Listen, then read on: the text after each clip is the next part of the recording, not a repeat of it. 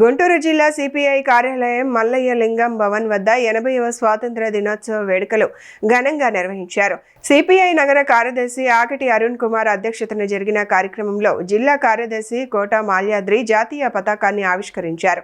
అనంతరం స్వాతంత్ర్య సమర యోధుల త్యాగాలను స్మరించుకున్న నాయకులు దేశ ప్రజల సమస్యల పరిష్కారం కోసం పోరాటాలను మరింత ఉధృతం చేయాలని పిలుపునిచ్చారు.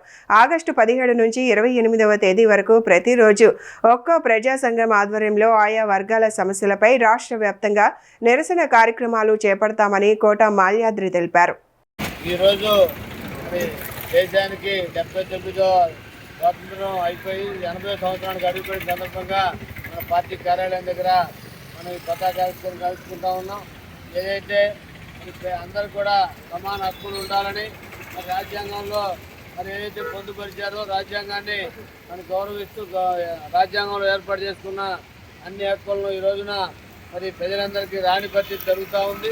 దాని సందర్భంగా భారత కమ్యూనిస్ట్ పార్టీగా ఈ దేశంలో మార్పు కావాలని, మార్పు కోసం మరి ఇప్పటికీ అనేక ఉద్యమాలు మరి చేస్తూ ఉన్నాం. ఈ సంవత్సరం మరి మార్పు రావాలని, మార్పు కోసం దేశవ్యాప్తంగా కూడా ప్రదర్శనలు కూడా మరి పాదయాత్రలు కూడా నిర్వహించి ప్రజలందరూ కూడా చైతన్యవంతం చేసుకొని ఢిల్లీ కార్యక్రమాన్ని కూడా సెప్టెంబర్ 1వ తారీఖున నిర్వహిస్తూ ఉన్నాం. దాంట్లో ముఖ్యంగా మార్పు కావాలని, మార్పు అనివార్యమని, మార్పు మరి వస్తుందని కూడా భారత కమ్యూనిస్ట్ పార్టీగా మరి భావిస్తూ ఈ పరిస్థితులన్నింటినీ మరి అవగాహన చేసుకొని ప్రజలంతా కూడా రాబోయే కాలంలో మరి ఏదైతే భారత రాజ్యాంగాన్ని మరి 400 సీట్లు ఇస్తే మార్చేస్తామని మార్చుకోవాలని ప్రయత్నం చేసిన మోడీ గారికి కూడా దేశ ప్రజలంతా కూడా 240 సీట్ల దగ్గరే మరి ఆపి ఆయన్ని మరి ఆయన అనుకున్న దాన్ని కూడా వెనక్కి పంపిన పరిస్థితుల్లో మరి ఈ రోజున కూటమి ప్రభుత్వం